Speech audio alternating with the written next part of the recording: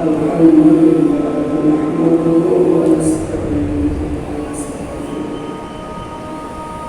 ونعوذ بالله تعالى من شرور أنفسنا ومن سيئات أعمالنا من يهده الله فلا مضل له ومن يضلل فلا وأشهد أن لا إله إلا الله وحده لا شريك له وأشهد أن سيدنا وسندنا ونبينا وشفيعنا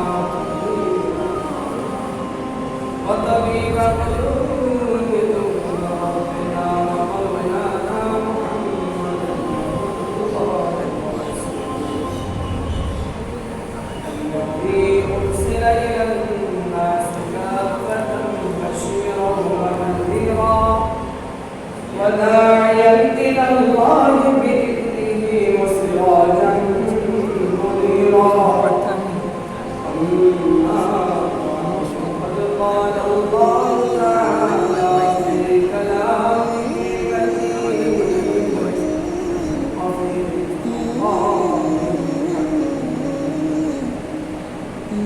أعوذ بالله من الشيطان الرجيم بسم الله الرحمن الرحيم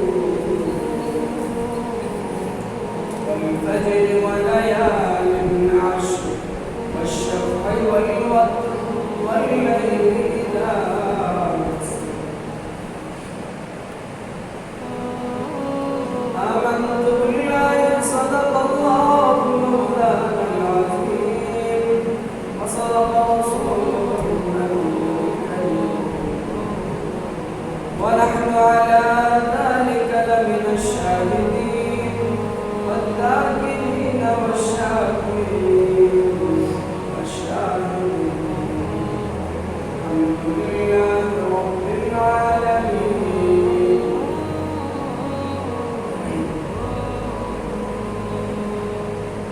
الحمد لله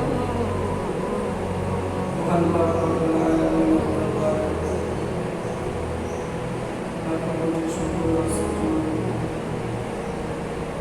আল্লাহ রাব্বুল আলামিন আমাদেরকে একটি শ্রেষ্ঠ মাস যুলকাদা মাস সম্মানিত করেছেন, সাথে সাথে জুমার নামাজ পড়ার জন্য মসজিদে আসা বসা সুবহানাল্লাহ বলা এবং শোনার তৌফিক দিয়েছেন। এজন্য সকলকে শুকরিয়া দিই। আলহামদুলিল্লাহ আলহামদুলিল্লাহ। আল্লাহ তাআলা বলেন ইন্না ইদ্দাতাশ শুহুরি ইনদাল্লাহি 12 শাহরান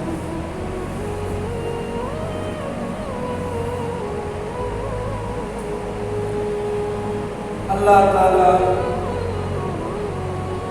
এই যে সময় নির্ধারণ করে দিয়েছেন, মাস দিয়ে দিয়েছেন, এটা আল্লাহ তাআলা সূচনা লগ্ন থেকেই দিয়ে রাখছেন। সাথে সাথে আল্লাহ তাআলা বলতেছেন তোমাদের কাছে যে মাসগুলো আছে, যে 12 মাস, এই 12 মাসের মধ্যে আল্লাহ তাআলা সম্মানিত করেছেন 4টা মাস। হারাম মাস 4টা মাস। শুধু নবী মুহাম্মদ মুস্তাফা সাল্লাল্লাহু আলাইহি ওয়াসাল্লামের আগমনের পরেই না, বরঞ্চ এর আগে থেকেই আল্লাহ তাআলা এই মাসগুলোকে সম্মানিত করে রাখছেন এবং হারাম মাস হিসাবে অবহিত করেছেন। এর মধ্যে 3টা হলো ধারাবাহিক: 1 যুলকাদা, 2 যুলহিজ্জা, 3 মুহররম, 4 নাম্বার হলো রজব মাস। এই 4টা মাসকে আল্লাহ তাআলা হারাম করেছেন। এই 4 মাসে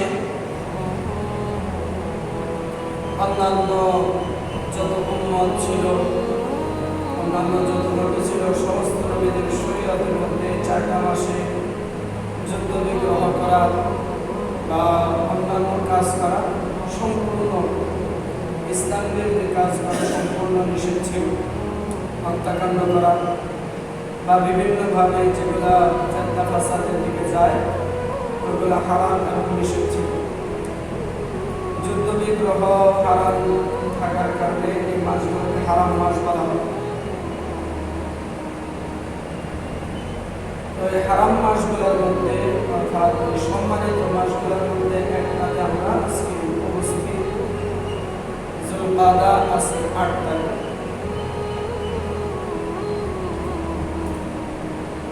আল্লাহ তাআলা এই মাসগুলোকে সম্মানিত করছেন এবং এগুলোতে আমল করার বিশেষ ফজিলত বর্ণনা করছেন, সওয়াবের কথা আছে। আবার এই দিনগুলোতে কোনো ব্যক্তি যদি অন্যায় পাপাচার অর্থাৎ নিষিদ্ধ কাজগুলো করে তার জন্য বিরাট হুমকির কথাও আল্লাহ তাআলা বলছেন। যেমন আল্লাহ তাআলা বলছেন যে হারাম মাসগুলোতে যুদ্ধ করা, ফিতনা ফাসাদে জড়িয়ে পড়া সম্পূর্ণ নিষিদ্ধ। যদি কোনো ব্যক্তি আল্লাহ তাআলার আদেশকে উপেক্ষা করে হারাম মাসগুলোতে এই সম্মানিত মাসকে সম্মান না দেখায় ভুল কাজগুলো করে, আল্লাহ তাআলার পক্ষ থেকে তার জন্য কঠোরভাবে হুমকি এবং শাস্তির কথা আছে। বিশেষ করে আমরা বর্তমানে যে মাসে আছি সেটা হলো যুলকাদা, আজকে 8 তারিখ চলছে। তো এই মাসগুলোতে আল্লাহ তাআলা যে মাসগুলোকে সম্মানিত করছেন ওই মাসগুলোর সম্মান বোঝা। আমাদের সমাজে আমরা সাধারণত শুধু রমজান মাসকে সম্মানিত মাস বলে জানি, আর অন্যান্য মাসের ব্যাপারে আমাদের ধারণা নেই। এটা হলো একটা কথা। দ্বিতীয় কথা হলো আমরা অনেকে বাংলা মাস সম্পর্কেও জানি।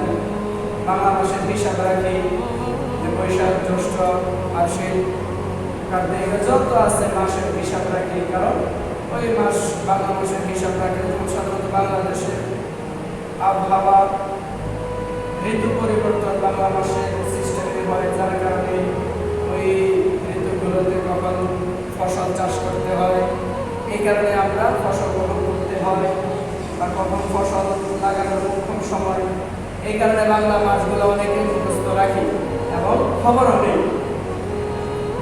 আর অপর দিক দিয়ে ইংরেজি মাস সম্পর্কে বলতে গেলে তো বলাই বাহুল্য। একদম ছোট থেকে বৃদ্ধ পর্যন্ত যাকে জিজ্ঞাসা করা যায় ইংরেজি মাসে কত তারিখ, আজকে কি মাস চলছে এবং কোন দিনটা চলছে, একেবারে স্পষ্টভাবে নির্ভুলভাবে বলে দিতে পারবে। কারণ আমাদের আগ্রহটা ইসলামের প্রতি বেশি নেই, গোলামের প্রতি বেশি, অর্থাৎ মানুষের গোলামি করার প্রতি আমাদের আগ্রহটা বেশি। যার কারণে যে ইংরেজদের বিরুদ্ধে আমরা যুদ্ধ করে এই ভারতবর্ষকে স্বাধীন করলাম, ঠিক তার চেয়ে একটু বেশি রকম ভাবে ইংরেজদের গোলামি আমরা করি।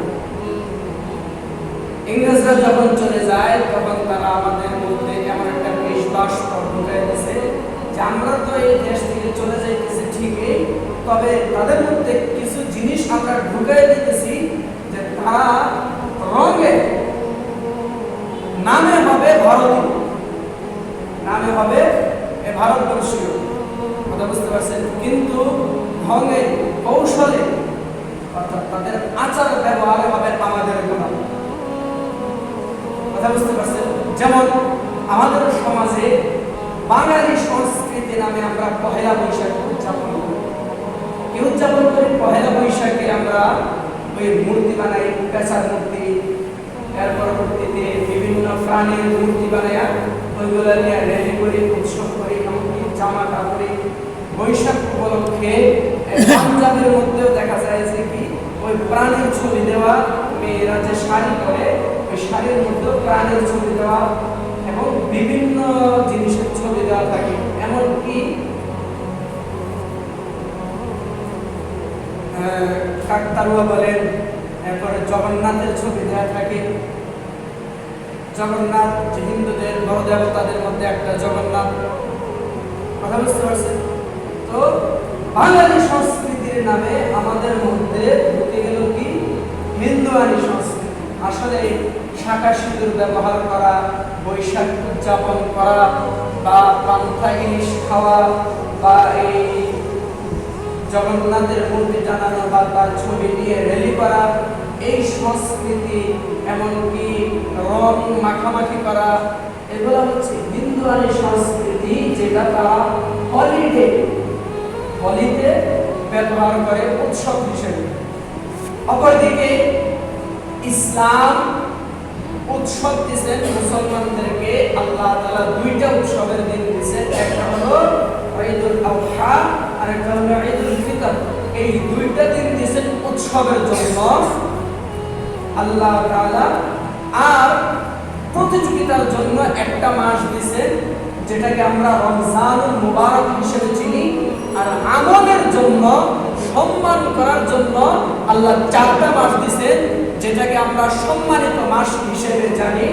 1 যুলকাদা, 2 যুলহিজ্জা, 3 মুহররম, 4 রজব মাস। এই চারটা মাসকে আল্লাহ সম্মানিত মাস করেছেন। এই মাসগুলোতে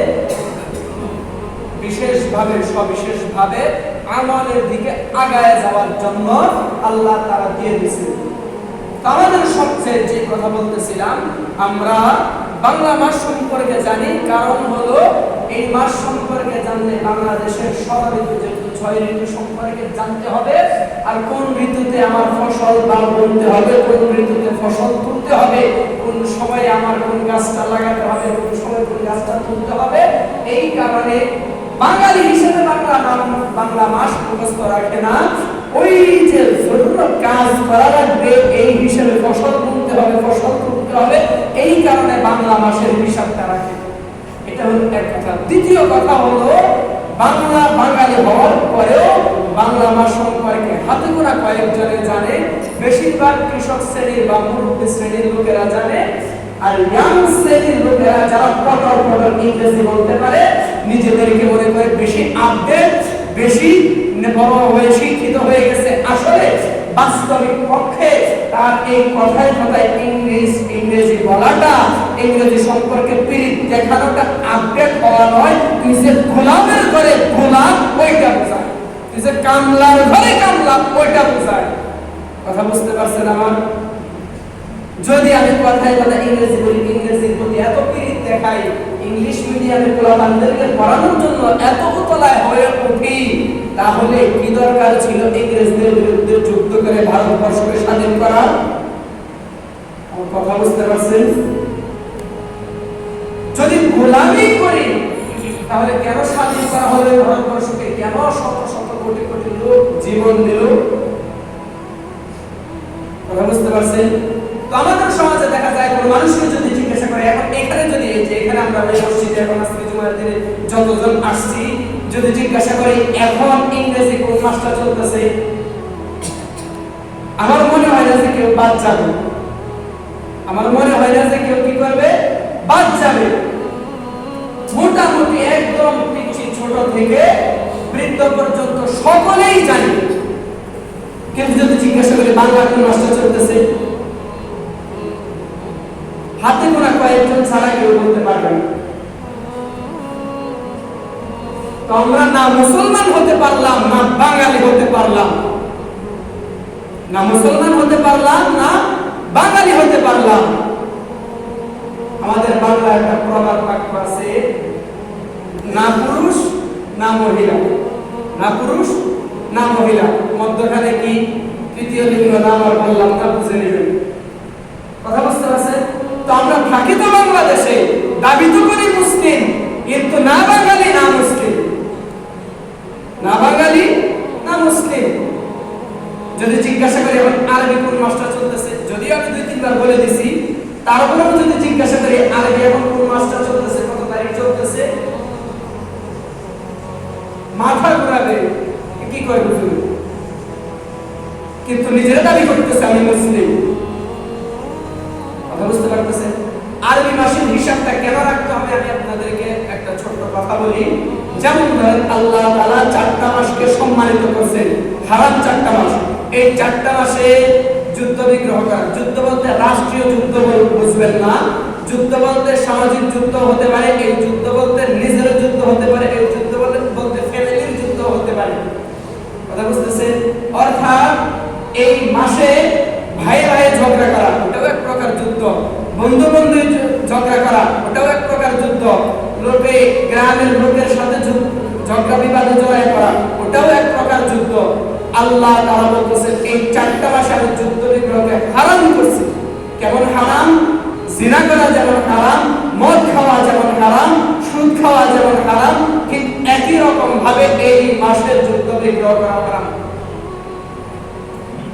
কথা বুঝতে পারছেন?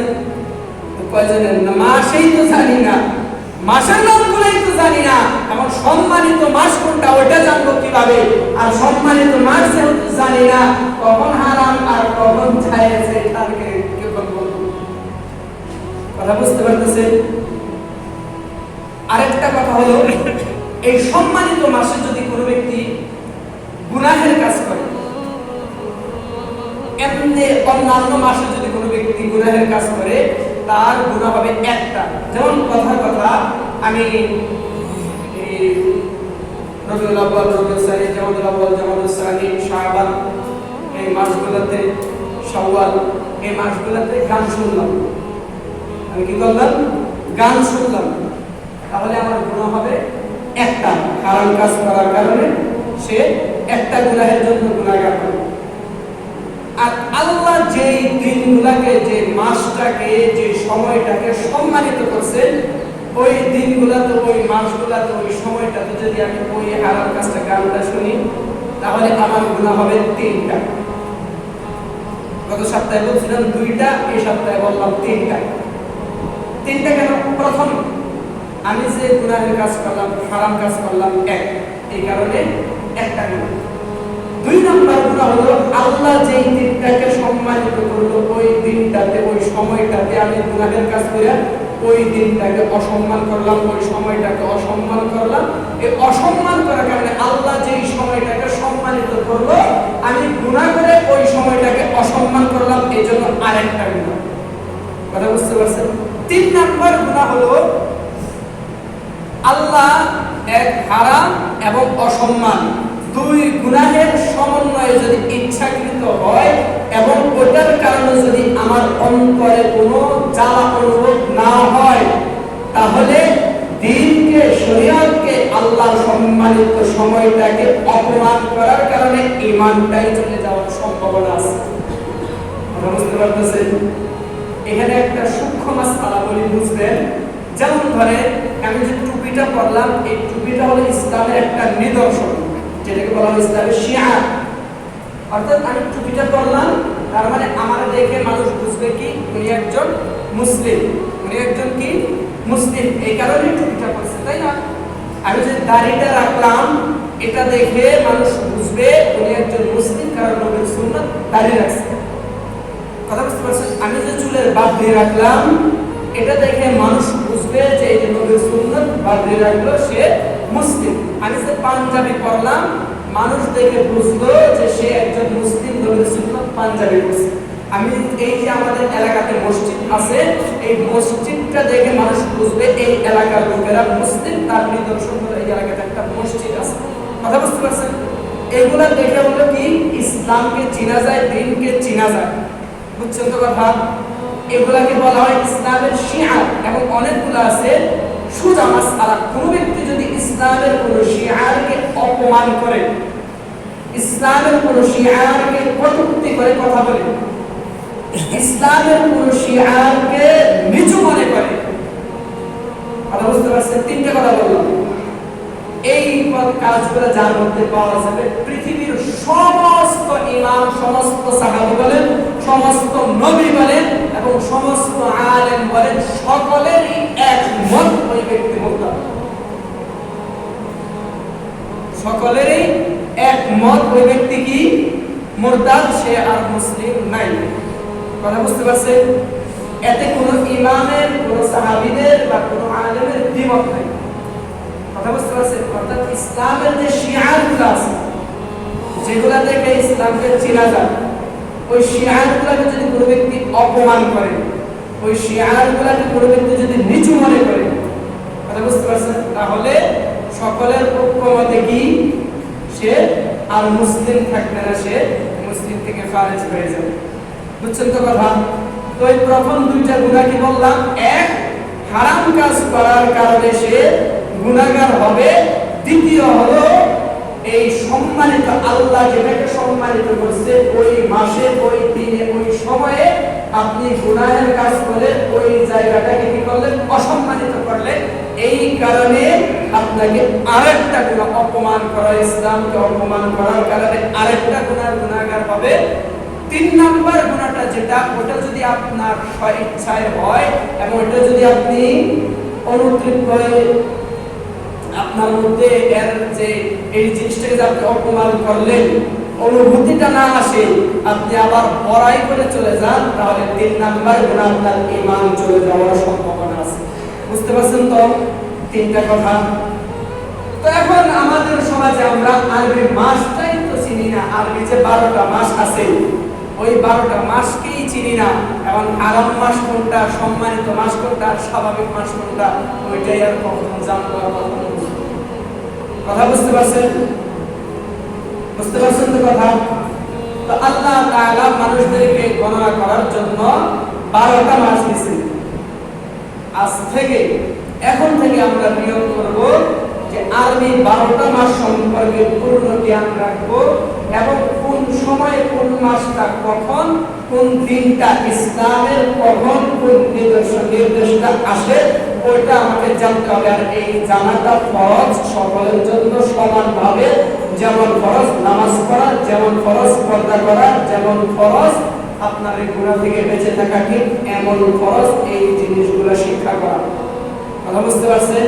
অর্থাৎ ইসলামের উপরে, দ্বীনের উপরে চলতে আপনার যতটুকু জ্ঞান দরকার ততটুকু অর্জন করা সমানভাবে ফরজ। যতটুকু ফরজ আপনার নামাজ পড়াটা। বুঝতে পারছেন তো? এখন যদি আপনি নামাজ সম্পর্কে, যেমন নামাজ পড়তে হলে আগে করতে হবে, কারণ আপনার যদি ওযু সম্পর্কে আপনি না জানেন তাহলে নামাজটা পড়বেন কিভাবে, পবিত্রতা অর্জন করবেন কিভাবে? আর যদি আপনি পবিত্রতা অর্জন করতে না পারেন, আপনার নামাজ হবে, আপনি জন্মের পর থেকে কিয়ামত পর্যন্ত নামাজ পড়বেন, আপনার একটা নামাজও কবুল হবে না। কারণ কি? কারণ হলো আপনার নামাজটা পড়ার জন্য আল্লাহ তাআলা নীতিমালা দিয়েছেন, আপনাকে পবিত্র হতে হবে। এই একটা নিয়মের ভিতরে আপনাকে পবিত্রতা অর্জন করতে হবে। ওই পবিত্রতা, যখন পবিত্রতা আপনি অর্জন করবেন, আপনি একজন পবিত্র ব্যক্তি হবেন। আর ওই পবিত্রতা নিয়ে আপনি যখন নামাজে দাঁড়াবেন, ভুল হলেও, আপনার নামাজটা ভুল হলেও আপনি এর জন্য যে আপনার যে হুকুমটা আছে আপনার উপর, ওই হুকুম থেকে আপনি বেঁচে যাবেন। কথা বুঝতে পারছেন? আর যদি আপনার ওযুই না থাকে, ওযুই না থাকে, তাহলে আপনার উপর যে ফরজিয়াত আছে, ফরজিয়াত কখনো বাতিল হবে না। তো নামাজ পড়াটা যেহেতু ফরজ, নামাজ পড়ার জন্য পবিত্রতা অর্জন করাটাও ঠিক একই রকম ফরজ। এখন পবিত্রতা অর্জন করতে হলে কি কি জিনিস দিয়ে, কি কি ভাবে, কোন ভাবে আমাকে পবিত্রতা অর্জন করতে হবে, ওই জানাটাও কি আমার জন্য ফরজ। ঠিক একই রকম ভাবে গুনাহ থেকে বাঁচার জন্য আমাদের জন্য ফরজ, এবং গুনাহ থেকে বাঁচতে হলে কোন কোন কাজ করতে হবে, কোন কোন কাজ করলে আমি গুনাহ থেকে বাঁচতে পারবো, ওটা জানাটাও আমার জন্য ফরজ। আমি যে ইবাদত করব, কোন কোন মাসে কোন কোন সময়ে ইবাদত করব, ওই সময়টা জানাটাও আমার জন্য ফরজ। কথা বুঝতে পারছেন? তো বলতেছিলাম আল্লাহ তাআলা মাসগুলোর মধ্যে যে আরবি 12টা মাস আছে, ওই 12 মাসের মধ্যে আল্লাহ তাআলা সম্মানিত মাস হিসেবে মানুষদেরকে দিয়েছে 4টা মাস। একটা হলো যুলকাদা, আরেকটা হলো যুলহিজ্জা, আরেকটা হলো মুহররম, আরেকটা হলো রজব মাস। কথা বুঝতে পারছেন?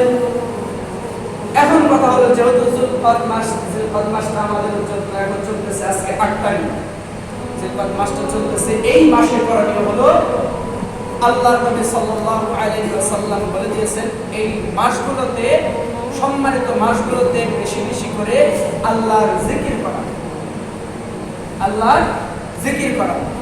কথা বুঝতে পারছেন? আল্লাহর জিকিরটা কিভাবে করতে হবে?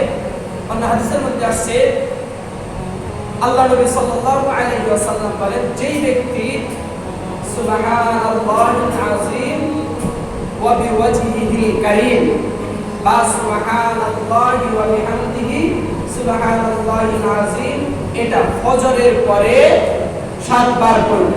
ফজরের নামাজের পরে কয়বার পড়বে? 7 বার পড়বে। সে কোনোদিন তার কোনো অঙ্গহানিতে ভুগবে না। ওই দিন অর্থাৎ সকালে আজকে ফজরের পরে পড়লাম, কালকে ফজর পর্যন্ত আমার কোনো অঙ্গহানিতে আমি ভুগব না, এই গ্যারান্টি আল্লাহ দিয়েছেন। কথা বুঝতে পারছেন? যেমন হার্ট অ্যাটাক করা, অর্থাৎ আমার হার্টটা কি হয়ে গেল, হানি হয়ে গেল, দুর্বল হয়ে গেল, শেষ নিঃশেষ হয়ে গেল, বা ব্রেন স্ট্রোক করা বা প্যারালাইজড হওয়া। কথা বুঝতে পারতেছেন? এগুলা মানে কি বোঝায়? যে আপনার শরীরের যে অঙ্গ প্রত্যঙ্গগুলো আছে ওইগুলা কি হয়ে যাওয়া, হানি হয়ে যাওয়া, অর্থাৎ নিঃশেষ হয়ে যাওয়া, অকেজ হয়ে যাওয়া, একটু বোঝায়। আল্লাহ নবী সাল্লাল্লাহু আলাইহি ওয়াসাল্লাম বলে দিয়েছেন, যে ব্যক্তি ফজরের পরে সুবহানাল্লাহি ওয়া বিহামদিহি সুবহানাল্লাহিল আযীম বা সুবহানাল্লাহিল আযীম ওয়া বিওয়াজহিহিল কারীম, এই তাসবিহটা পড়বে 7 বার, ওই পরবর্তী ফজর পর্যন্ত তার কোনো অঙ্গহানিতে সে ভুগবে না, এই গ্যারান্টি আল্লাহ দিয়েছেন। কথা বুঝতে পারছেন? কিন্তু আমাদের সমাজে যদি কোনো ব্যক্তি বা কোনো বিজ্ঞানী বা কোনো রাষ্ট্র কোনো একটা মেডিসিন আবিষ্কার করে, এই মেডিসিনটা যদি কোনো ব্যক্তি নেয় তাহলে এই দিনের মধ্যে তার আর অঙ্গহানি হবে না, তার আর অঙ্গহানি হবে না। দেখবেন মানুষের লাইন দেওয়া থাকবে, আর যাদের টাকা আছে তারা তো মনে করেন যে আগে থেকে বুকিং দিয়ে রাখবে, যত প্রোডাক্ট আছে সবগুলো আমার দিয়ে রাখো, বাস পরবর্তীতে যখন সমাজ এটা একটু শর্ট করবে আমি একটু দাম বাড়ায় দিয়ে বিক্রি করা শুরু করব। কথা বুঝতে পারছেন? কিন্তু আল্লাহ তাআলা যে আমাদেরকে শিফা দিলেন, ওই শিফাটা নিতে আমরা রাজি না। কথা বুঝতে পারছেন? এই মসজিদে তো প্রায় আমার বছর হয়ে গেল, একদিনও কি কোনো ব্যক্তি এসে জিজ্ঞাসা করছে যে হুজুর আল্লাহ তাআলা সুস্থ সবল থাকার জন্য কোনো কি শিফা বা কোনো কি আমল দিয়েছেন কিনা, যে আমি এই আমলটা করলে আমি রোগ থেকে বাঁচতে পারবো, বিপদ আপদ থেকে বাঁচতে পারবো? করছে কেউ কোনোদিন জিজ্ঞাসা? আমি তো জানি আপনাদের জিজ্ঞাসা করতেছে, করছেন কোনোদিন? কিন্তু একবার নিজেরা জিজ্ঞাসা করেন যে ডাক্তারের কাছে কতদিন জিজ্ঞাসা করছেন, বা আপনার বন্ধু বান্ধব পাড়া প্রতিবেশীরা কতবার জিজ্ঞাসা করছেন? কথা বুঝতেছেন তো? ওই যে বললাম যে মানুষের আবিষ্কৃত যেটা কাজ করতেও পারে নাও করতে পারে, কোনো নিশ্চয়তা নাই, ওটার ব্যাপারে আগ্রহ আছে আমাদের, কিন্তু নিশ্চিত ভাবে যে আল্লাহ তাআলা আমাদেরকে দিলেন ওটা নিতে আমরা রাজি না। আবার আমরা দাবি করতেছি আমরা মুসলিম, আমরা আল্লাহকে মানি, আমরা নবীকে মানি। কথা বুঝতে পারছেন?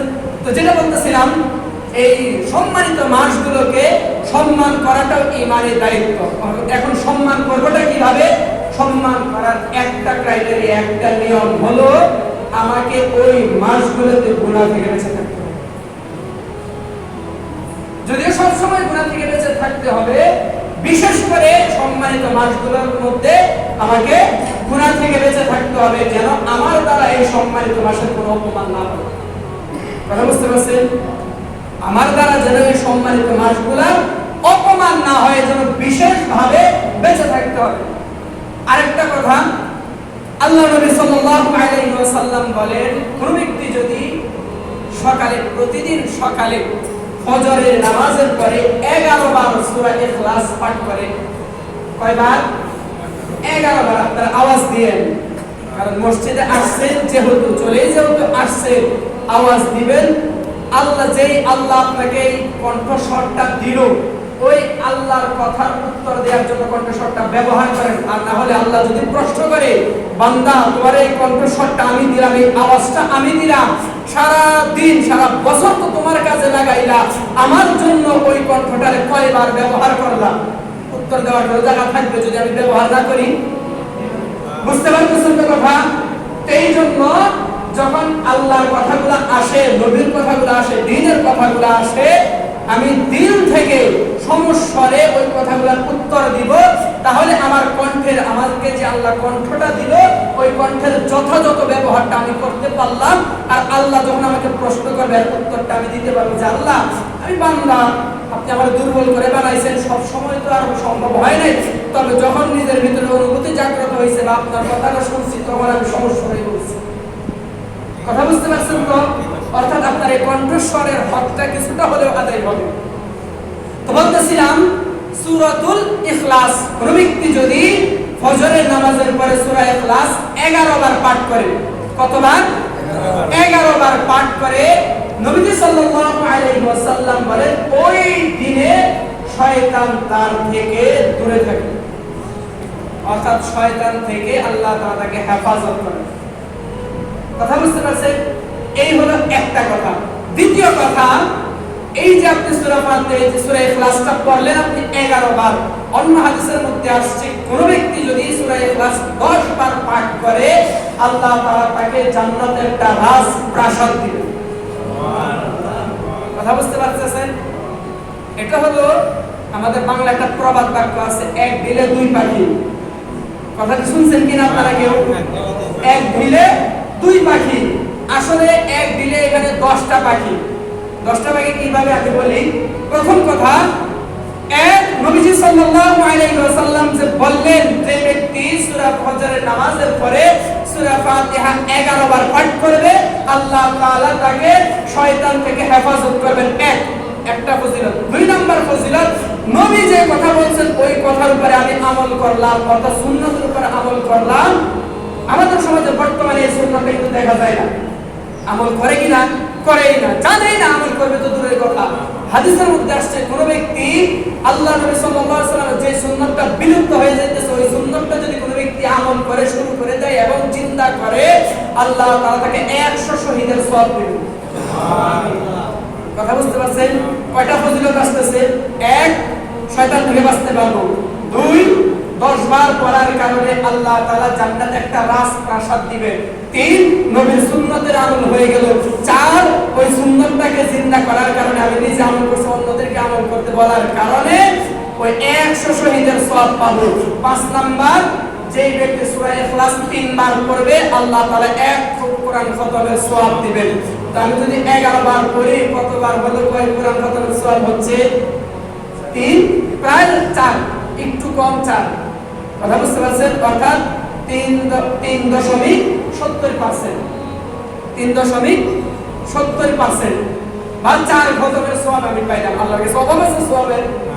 হ্যাঁ, আল্লাহর কাছে যদি আমার 4 খতমের সওয়াব দেয়, আল্লাহর কাছে সওয়াব পড়ে যাবে যে না না এই হেরাতে 4 খতমের সওয়াব দেয়া যাবে না, যাইতে অন্যরা লাগে শর্ট করে যাবে, এমন তো কিছু না। তো আমি 4 খতম কোরআন, 4 বার কোরআন খতমের সওয়াব পাইতেছি। কথা বুঝতে পারছেন? তো এই এক দিলে কয় পাখি আসতেছে? 5টা আসলো। আরো অনেকগুলো আছে, আমার সবগুলো এখন মনে হইতেছে না। এই হলো কথা। তো আমি যদি আল্লাহ নবী আরেকটা কথা হলো, এই যে আমি সম্মানিত মাসগুলোতে যদি এই আমলটা করি, শয়তান গুনাহ থেকে বাঁচার কারণে আল্লাহ নবী সাল্লাল্লাহু আলাইহি ওয়াসাল্লাম বলেন যে ব্যক্তি গুনাহ থেকে বেঁচে থাকলো সে হলো পৃথিবীর সবচেয়ে বড় আবেদ, অর্থাৎ সবচেয়ে বড় আবেদ হওয়ার সওয়াবটা লাভ করলাম। 2 নাম্বার হলো এই সম্মানিত মাসে আমলটা করার কারণে, সম্মানিত মাসকে সম্মান দেখানোর কারণে আল্লাহ তাআলা আমাকে আরেকটা সওয়াব দিবেন। কথা বুঝতে পারছেন? তাহলে কয়টা হলো? 7টা। এরকম আমি 10টা হিসাব করছিলাম, আমার এখন মনে নাই, ভুলে গেছি আর কি। যাই হোক, তো এই সম্মানিত মাস উপলক্ষে, শুধু সম্মানিত মাস উপলক্ষেই না, সব সারা বছরে আমলটা করব আমরা। ফজরের পরে 11 বার আউযু বিল্লাহি বিসমিল্লাহ শহীদ সূরা ফাতিহা, সূরাতুল ইখলাস করব 11 বার। তাহলে আল্লাহ তাআলা অসংখ্য অগণিত নিয়ামতের যেগুলো আমরা উপভোগ করতে পারবো। আরেকটা হলো যেই ব্যক্তি সূরা ইখলাস পড়ে আল্লাহ তাআলার একত্ববাদের ঘোষণা দিতেছে। সূরাতুল ইখলাসের আরেকটা নাম হলো সূরাতুত তাওহীদ, অর্থাৎ আল্লাহ তাআলার একত্ববাদের ঘোষণা দিতেছে। আর যেই ব্যক্তি আল্লাহ তাআলার একত্ববাদের ঘোষণা দেয়, আল্লাহ তাআলার খাতায় তার নামটা প্রকৃত মুসলিম হিসাবে এসে যায়। দুই নাম্বার কথা হলো যেই ব্যক্তি প্রতিদিন আল্লাহ তাআলার একত্ববাদের ঘোষণা দেয়, তার জন্য জাহান্নাম হারাম হয়ে যায়। 3 নাম্বার কথা, যেই ব্যক্তি প্রতিদিন আল্লাহ তাআলার একত্ববাদের ঘোষণা দেয়, এই কোরআন পড়লেন না, সূরা ইখলাসের প্রতিটা অক্ষরে আপনি 10টা করে নেকি পাইলেন। বুঝছেন? এখন এই 10টা এক ভিলেজে 10টা, বুঝছেন কথা? তো প্রতিদিন আমরা যদি ফজরের নামাজের পরে সূরা ইখলাসটা 11 বার পাঠ করি, তাহলে আমার জন্য এই সওয়াবটা। কথা বুঝতে পারছেন? তো সম্মানিত মাস উপলক্ষে আমাদের একটা আমল, আমরা এটা আজকে থেকে চালু করে দিব যে প্রতিদিন সূরাতুল ইখলাস 11 বার পাঠ করব। এই নিয়তে আল্লাহ আপনি আমাকে শয়তান থেকে হেফাজত করুন। কথা বুঝতে পারছেন? এখন যেহেতু সময় সংক্ষিপ্ত, সামনে কুরবানি ঈদ চলে আসছে, কুরবানি আলোচনা করা লাগবে, তো হজ সম্পর্কে কয়েকটা কথা বলি। এখন তো মোটামুটি মানুষ হজের দিকে যাইতেছে। হজ ফরজ হয় কাদের জন্য? প্রথম কথা, হজ ফরজ হওয়ার জন্য প্রথম শর্ত হলো আপনার হজে যাওয়া এবং আসা। হজে যাওয়া আসার এবং ওইখানে যতদিন থাকবেন ওই খরচটা, এবং 1 বছর পরিমাণে আপনার পরিবার চলতে যে খরচটা লাগে ওইটা থাকলে, এটা হলো নেসাব পরিমাণ। কথা বুঝতে পারছেন? যাকাতের নেসাব আর হজের নেসাব কিন্তু এক না। যাকাতের নেসাব আসে আপনার ব্যবহৃত জিনিসগুলা বাদে, জমির উপরে কিন্তু যাকাত আসে না। কথা বুঝলেন? জমির উপরে যে জায়গাগুলো আছে, জমির উপরে কিন্তু যাকাত আসে না। যাকাত আসে আপনার টাকা সম্পদের উপরে, স্বর্ণের উপরে, রূপার উপরে, আপনার পশুর উপরে যাকাত আসে। অন্য কোনো কিছুর উপরে যাকাত আসে না। জমির উপরে ওষুধ আসে, ওটা ভিন্ন কথা। যাই হোক, কিন্তু হজের ব্যাপার হলো আপনি যেই বাড়িতে থাকতেছেন ওই বাড়িটা বাদ দিয়ে যদি আপনার জায়গাটা থাকে, ধরেন কথার কথা বর্তমান সময়ে হজ করতে 6 লক্ষ টাকা লাগে, তো আপনার কাছে 10 লক্ষ টাকা পরিমাণে আছে বা 10 লক্ষ টাকা পরিমাণে সম্পদ আছে। কত আছে? 10 লক্ষ টাকা বা 10 লক্ষ টাকা পরিমাণে সম্পদ আছে, বা আমার একটা জমি আছে যে জমিটার দাম 10 লক্ষ টাকা। কথা বুঝতে পারতেছেন? তাহলে আমার জন্য হজ ফরজ। আর হজ সারা জীবনে একবার ফরজ হয়। সারা জীবনে কয়বার ফরজ হয়? একবার ফরজ হয়। আরেকটা কথা হলো, হজ ফরজ হওয়ার জন্য আরেকটা শর্ত হলো সুস্থ সবল হতে হবে। আরেকটা শর্ত হলো হজ করার জন্য কি হতে হবে? সুস্থ সবল হতে হবে। আরেকটা কাজ হলো, আমি যে হজ করতে যাব, আমার যে জায়গা রাস্তাটা আছে ওই রাস্তাটা নিরাপদ হতে হবে। আমার জন্য রাস্তাটা কি হবে? নিরাপদ হতে হবে। বুঝলেন? এখন ধরুন কথার কথা করোনা চলতেছে, সারা বিশ্বে এখন লকডাউন চলতেছে, তো আমার জন্য রাস্তাটা নিরাপদ হলো না বাধা হলো? তাহলে এমন অবস্থায় আমার জন্য এখন ফরজ না। এমন অবস্থায় আমার জন্য কি না? ফরজ না। হজ ফরজ হওয়ার জন্য আপনার এতটুকু পরিমাণে সম্পদ থাকতে হবে যে সম্পদটা আপনি হজ করতে আসতে যাইতে এবং ওইখানে খরচের যত টাকা লাগে এবং 1 বছরে আপনি আপনার পরিবার চলতে যত টাকা লাগে বা যত সম্পদ লাগে ওই সম্পদ আপনার কাছে আছে। 1 2 নাম্বার, আপনি সুস্থ সবল। অসুস্থ না, এখন এক লোক প্যারালাইজড হয়ে বিজনেস করেছে, এর উপরে হজ ফরজ হবে? হজ ফরজ হবে না। বা এমন বুড়া নিজে চলতে পারে না, আর ধীরে চালাইতে হয়, এর উপরে হজ ফরজ হবে? বা না বালক, সে বালকই হয় নাই, তারপরে হজ ফরজ হবে না। 3 নাম্বার, হজ ফরজ হওয়ার জন্য আপনার যে যাতায়াতের ব্যবস্থাটা ওটা নিরাপদ হতে হবে। এখন ধরেন কথার কথা, আপনি যে যাবেন রাস্তায় ডাকাতে আটকানোর সম্ভাবনা আছে, হজ ফরজ হবে না। যখন ডাকাতের ভয়টা কেটে যাবে তখন যে ফরজ হবে। এই 3টা জিনিস যদি থাকে তাহলে তাদের উপরে হজ ফরজ। একজন মানুষের জন্য জীবনে একবার হজ করাটা ফরজ, যাদের মধ্যে এই 3টা ক্যাটাগরি আছে। কথা বুঝতে পারছেন? এখন হজের ফজিলতটা বলি। আমরা তো অনেকেই মনে করি হজ করলে আমার সম্পদ শেষ হয়ে যাবে, তাই না? বর্তমান যদিও আমাদের উপরে বর্তমান হজ নিয়ে জুলুম চলতেছে, আপনি এই খবর নিয়ে দেখতে পারেন, আপনি যদি টুরিস্ট ভিসায় যদি আপনি সৌদি আরবে যান 48 থেকে 50,000 টাকা খরচ হবে বিমান ভাড়া। কিন্তু যদি উমরাতে যান তখন খরচ হবে হচ্ছে 95 থেকে 1 লক্ষ টাকা। আর যদি হজে যান তখন বিমান ভাড়া নিতেছে 1,30,000 টাকা। 1,30,000 টাকা হজের জন্য। কথা বুঝতে পারছেন? এই যে আমাদের উপরে জুলুম করতেছে, এই জুলুমের জন্য আমরা ইনশাআল্লাহ কিয়ামতের দিন আল্লাহর কাছে বলবো যে আল্লাহ, আমরা কম টাকায় যেটা করতে পারতাম আমাদের উপরে জুলুম করে নিয়েছে, এটার বিচারটা আমাদের সামনে করুন। যাই হোক, যেটা বলতেছিলাম, তো আপনার কাছে এতটুকু পরিমাণে যদি সম্পদ থাকে যেটা আপনি হজ করতে আসতে যাইতে এবং ওইখানে খরচ করতে এবং 1 বছর পরিমাণে আপনার ফ্যামিলিকে চালাইতে যত টাকা দরকার, ওই টাকা বা ওই পরিমাণের সম্পদ আপনার বাড়ি বাদে, আপনার বাড়িটা বাদে, যে ঘরে বসবাস করতেছেন এই ঘরটা, যে বাড়িতে আছেন ওই বাড়িটা বাদে বাকি। কথা বুঝতে পারছেন?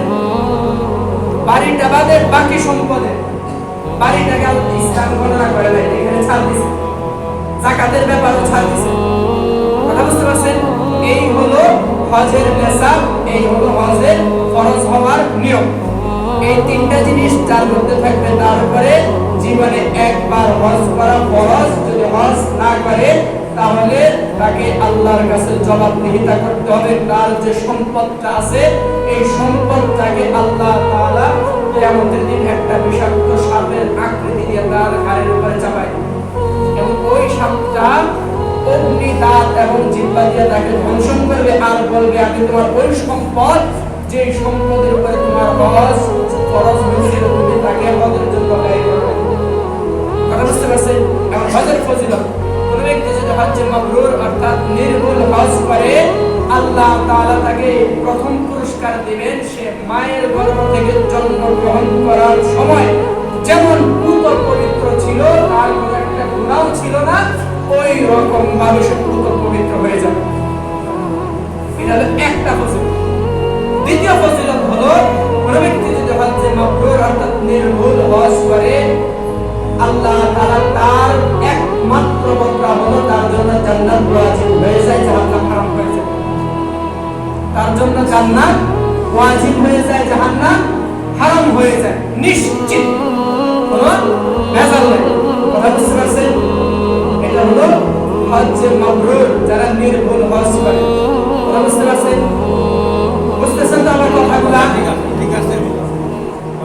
এটা হলো হজের ছোট মাসআলা, কাজের উপরে হজ ফরজ হলো এবং কাজের উপরে হজ ফরজ হলো না। বুঝলেন তো? এখন যাকাতের নেসাব আর হজের নেসাব কিন্তু এক না, বেশ কম আছে। যাকাতের নেসাব আর হজের নেসাব আর কুরবানির নেসাব তিনটা কিন্তু এক না, তিনটার মধ্যে পার্থক্য আছে। তিনটার মধ্যে কি আছে? পার্থক্য আছে, একটার থেকে আরেকটা ভিন্ন। বুঝতে পারছেন?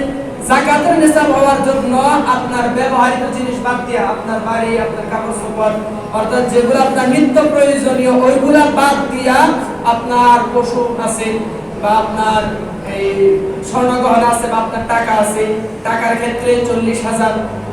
ওটা আবার এখন যে আমার হাতে 40,000 টাকা হয়েছে এমন না, আজকে হয়েছে, আজকে থেকে হিসাব করে 1 বছর পরিমাণ যদি আমার কাছে এই টাকাটা থাকে, তখন যাই আমার উপরে যাকাত ফরজ হবে। এই 40,000-এ 1,000 টাকা এটা আমাকে যাকাত দিতে হবে। কথা বুঝতে পারছেন? বুঝছেন তো কথা? এটা হলো একটা কথা, এটা হলো যাকাত। আর হলো স্বর্ণের ব্যাপার হয়েছে যে 7.5 ভরি। কথা বুঝতে পারছেন? আর রূপার ব্যাপার হলো 52.5 ভরি। বুঝছেন তো কথা? আবার যদি কারো কাছে অর্ধেক স্বর্ণ আছে, অর্ধেক টাকা আছে, তাহলে আপনাকে ওটার মূল্য হিসাব করতে হবে। কথা বুঝছেন? আর যে আমরা যদি মনে করি যে আমার উপরে যাকাতটা যে আসলো, ওই যাকাতটা আমার টাকাগুলো কয়ে যাওয়া, টাকা দেওয়ার জন্য, আসলে কিন্তু তা না। আপনার যে সম্পদের মধ্যে যে হারামটা চলে আসছে, অর্থাৎ খারাপিটা, বালা মুসিবত চলে আসছে, ওই বালা মুসিবতটা দূর করার জন্য যাকাত। আর এই যাকাতটা আপনার সম্পদ না, এই যাকাতের টাকাটা আপনার সম্পদ না, এটা আপনার মধ্যে গরিবের সম্পদ। আমার কথা বুঝতে পারছেন? ধরেন কথার কথা, আমি যদি ব্যাংকে 1 লক্ষ টাকা রাখি, টাকাটা রাখতেছে কারা? ব্যাংকওয়ালারা। হেরাই ব্যবহার করতেছে, হেরাই বনায়সা করতেছে, হেরাই এটা দেখাশোনা করতেছে। এখন যদি কেউ বলে এই টাকার মালিক ব্যাংকওয়ালা, মানবেন আপনারা কেউ? এই টাকার মালিক কি আমি না? আমি টাকাটা রাখছি, তাই না? তো তার কাছে থাকলেই যে সে মালিক হবে তা না। ওই যাকাত, আমার উপরে যে যাকাতটা ফরজ হইল, ওই টাকাটা যে আমার কাছে আছে, এটা আমার টাকা না, ওটা গরিবের টাকা। আল্লাহ আমার কাছে রাখছেন, আমি ব্যাংক। আমি কি ব্যাংক? কথা বুঝতে পারছেন? এখন যদি আমি না দেই, তার মানে আমি ওই যে আমানতের খেয়ালত করলাম। কথা বুঝতে পারছেন? তো আমি ওই গত সপ্তাহের আগের সপ্তাহে যে আলোচনা করতেছিলাম যে 12টা কারণে আল্লাহ পৃথিবীতে আযাব দেন, এর মধ্যে একটা কারণ হচ্ছে ধনীরা যখন যাকাত না দিবে আল্লাহ তাআলার আযাব পৃথিবীতে আসা শুরু করবে। কথা বুঝতে পারছেন? আমাদের সমাজে যদি এখন গণনা করতে চাই, আরেকটা মাসআলা সহজে বুঝবেন। টাকাটা যদি কোনো ব্যক্তি ব্যবসায় লাগায়, এই কথাটা আমরা অনেকে না জানার কারণে ভুল করি। ব্যবসায় যদি লাগায় তাহলে সাথে সাথে খরচ হয়ে যায় যাকাতটা, 1 বছর যাওয়া লাগবে না। কথা বুঝতে পারছেন? ব্যবসায়ীদের জন্য এখানে অনেকগুলো কারণ আছে। কারণগুলোর একটা হলো, আপনি যখন ব্যবসা করতে যাবেন, ব্যবসার মাঝখানে লস হবে, ব্যবসার মধ্যে আপনার বিপদ আপদ বেশি আসে। কথা বুঝতে পারছেন? বুদ্ধি কম থাকার কারণে ব্যবসায় মাইর খাবেন। কথা বুঝতে পারছেন? আপনি যদি এই যাকাতটা দিয়ে দেন, এর একটা ফজিলত হলো আল্লাহ আপনার এই ব্যবসার মধ্যে বরকত দিবেন, আপনার ব্যবসা মাইর যাওয়ার সম্ভাবনা কম। কথা বুঝতে পারছেন? 2 নম্বর কথা, ওই ব্যবসার মধ্যে আল্লাহ বরকত দিবেন, আপনাকে ওই ব্যবসার মাধ্যমে সম্মানিত করবেন। তো ব্যবসার মধ্যে যদি আমি টাকাটা লাগাই, নেশাব পরিমাণ টাকা, অর্থাৎ ধরো 40,000 টাকা আমি ব্যবসায় লাগাইলাম, তাহলে ব্যবসায় লাগানোর সাথে সাথে আমার উপরে যাকাত খরচ হয়ে গেছে। এখানে 1 বছর যাওয়া লাগবে না। মাসআলা একটু এখানে একটু ব্যতিক্রম আছে। এখানে আবার অনেক ইমাম বলছে যে না, 1 বছর যাওয়া লাগবে। তবে ইজমা, হানাফি উলামায়ে কেরামের ইজমা হলো ব্যবসায় লাগানোর সাথে সাথেই যাকাতটা ফরজ হয়ে যায়। যারা মাদ্রাসা আছেন, যেমন এই যে সাজ্জাদ ভাই, আপনি সরলরূপে তায়ার মধ্যেও পাবেন, হেদায়েত গ্রন্থের মধ্যেও পাবেন, এই মাসআলা স্পষ্ট ভাবে আছে। কথা বুঝতে পারছেন? ব্যবসা লাগাইলে কিন্তু এটা ভিন্ন কথা। যাই হোক, যেটা বলতেছিলাম, সম্মানিত মাস হিসেবে যে হজের মাসআলাটা বললাম, হজের নেসাব, যাকাতের নেসাব, কুরবানির নেসাব কিন্তু একটা একটা ব্যতিক্রম আছে। হজের নেসাবটা হলো যে বললাম, আপনার সম্পদটা 1 বছর পরিমাণ চলতে আপনি এবং আপনার পরিবার, আর আপনার পরিবার বলতে আপনি এখন ওই খালা, চাচা, মামু ওইগুলা হিসাব করতে হবে না। শুধু আপনি, আপনার ছেলে, আপনার মেয়ে বা আপনার নাতি। যদি আপনার ছেলে কামাই করার মতো হয়ে যায়, আপনার ছেলে কামাই করার মতো হয়ে যায়, তখন বা বিবাহ দিয়ে দিলে ওইটার উপর আর আপনার দায়িত্ব নাই। তখন আপনার ছেলে, আপনার ছেলের বউ এবং আপনার নাতির দায়িত্ব তার হাতে চলে গেছে। এখন আপনি, আপনার স্ত্রী এবং আপনার পিতামাতা, এই 4 ক্যাটাগরির লোকের উপরে আপনার হলো কি দায়িত্ব। ওই ক্যাটাগরির লোকদেরকে 1 বছর চলতে যে পরিমাণ সম্পদ লাগে, যেমন ধরেন আমার মাসিক বাজার করতে হয় 10,000 টাকা, মাসিক বাজার কত? 10,000। তো আমার বছরে 10 দিয়ে 12 গুণ দিলে কত হয়? কত হয়? 24,000 টাকা। কিন্তু কি বলছে, কত বলছে? 10,000 হলে আর 10 10 100, 1,20,000 টাকা। 1,20,000 টাকা আমার কাছে আছে। এর বাদ দিয়া এখন আমার হজ করতে বর্তমান সময়ে আমার এখন টাকা লাগতেছে 6 লক্ষ টাকা। আর ওইখানে খরচের জন্য ধরেন আরো 1 লক্ষ টাকা ধরলাম। যদি 1 লক্ষ টাকা ওইখানে খরচ করা, তো আপনারা যে 6 লক্ষ টাকা যে দিলেন, ওইটার মোটামুটি খাবার দাবার সব তো এই এজেন্সি বহন করে, তাই না? যে মুআল্লিম থাকে সেই বহন করে। যারা হজে গেছেন তারা বিস্তারিত জানেন, আমার বলতে হবে না, বলার সময় নেই। যে এজেন্সি থাকে ওই খাবার দাবার বহন করে। তাহলে আপনার এই 6 লক্ষ টাকা আর 1,20,000 টাকা যদি থাকে, আর যদি আপনি সুস্থ হন, বৃদ্ধ, একেবারে বৃদ্ধ না হন, শাইখে ফানি যদি হয়ে যান, মানে আপনি চলাফেরা করতে পারেন না, একেবারে বৃদ্ধ যদি না হন, বা নাবালক যদি না হন, বা আপনার রাস্তায় যদি কোনো ঝামেলা না থাকে, এই 3টা যদি না থাকে, তাহলে এই 3টা ক্যাটাগরির ভিতরে যদি আপনি করে দেন, আপনার উপর হজ ফরজ। যেমন আপনি বড় গলায় যা কিছু বলেন, আপনি আর আপনার আল্লাহ বুঝবেন, আমার আর কিছু বলার দরকার নেই। কথা বুঝতে পারছেন? এটা হলো হজ ফরজ হওয়ার নেসাব এবং রুকন, এই হজ ফরজ হওয়ার কারণগুলো। কথা বুঝতে পারছেন? হজ যদি আপনি না করেন জীবনে একবার হলেও করতে হবে, যদি না করেন এর জন্য আল্লাহর কাছে দায়ী থাকবেন।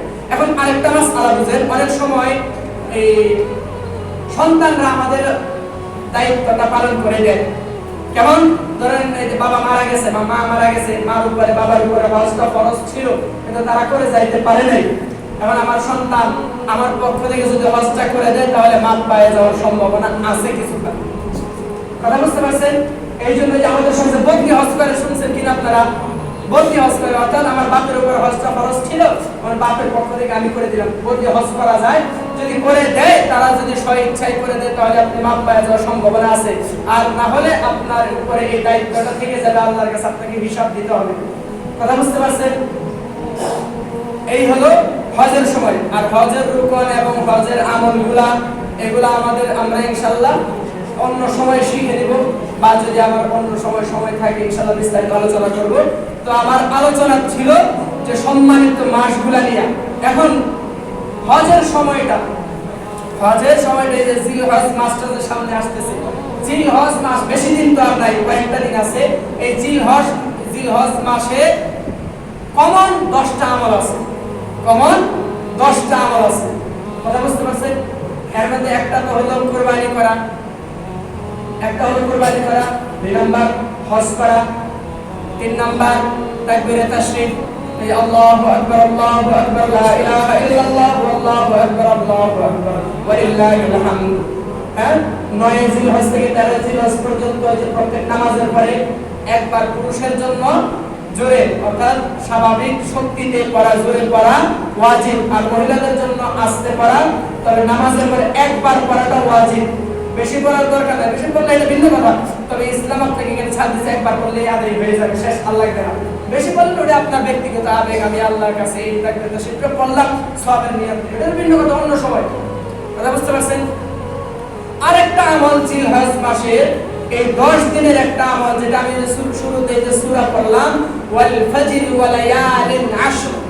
আল্লাহ তাআলা এই জিলহজ মাসের এই 10 দিনকে একেবারে এক বছরের পরিমাণে সওয়াব দিন। যে ব্যক্তি 10 দিনে তো শেষ দিনে তো কুরবানি দিয়ে তো রোজা রাখা হারাম, তাহলে 9 দিন কোন ব্যক্তি যদি রোজা রাখে, 9 দিন কোন ব্যক্তি কি করে রোজা রাখে, এবং কুরবানির দিনে কুরবানির গরুর গোশত দিয়া হচ্ছে কি করা, আপনার রোজাটা ভাঙা।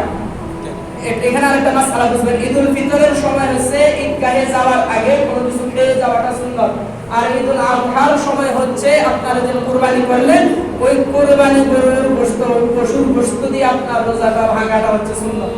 অর্থাৎ আপনি যে এই কুরবানিটা করলেন আল্লাহ তাআলার পক্ষ থেকে আপনাকে মেহমানদারি করা হলো, আল্লাহ তাআলার পক্ষ থেকে আপনার জন্য ইফতারি পাঠানো হলো। কথা বুঝতে পারছেন? এই 10 দিনে কুরবানি শেষ হওয়ার আগ পর্যন্ত এই সময়টা, কথা বুঝতে পারছেন, এই সময়টা আর বাকি 9 দিন প্রতি রোজায় 1 বছরের রোজা রাখার সওয়াব হবে। এটা একটা বুঝলো। 2 নাম্বার, আরাফার দিনে যদি কোনো ব্যক্তি রোজা রাখে, আরাফার দিনটাতে অর্থাৎ 9 জিলহজ যেটাকে আমরা বলি, আরাফার দিনে কোনো ব্যক্তি যদি রোজা রাখে তার সামনে পিছনে 1 বছর, সামনে 1 বছর পিছনে 1 বছর রোজা রাখার, এবং সামনে পিছনে 1 বছরের গুনাহ আল্লাহ মাফ করে দিবেন। সামনে 1 বছর পিছনে 1 বছর, কথা বুঝতেছেন তো? আর প্রতি এই বাকি যে 9 দিন আছে এই 9 দিন রোজা রাখলে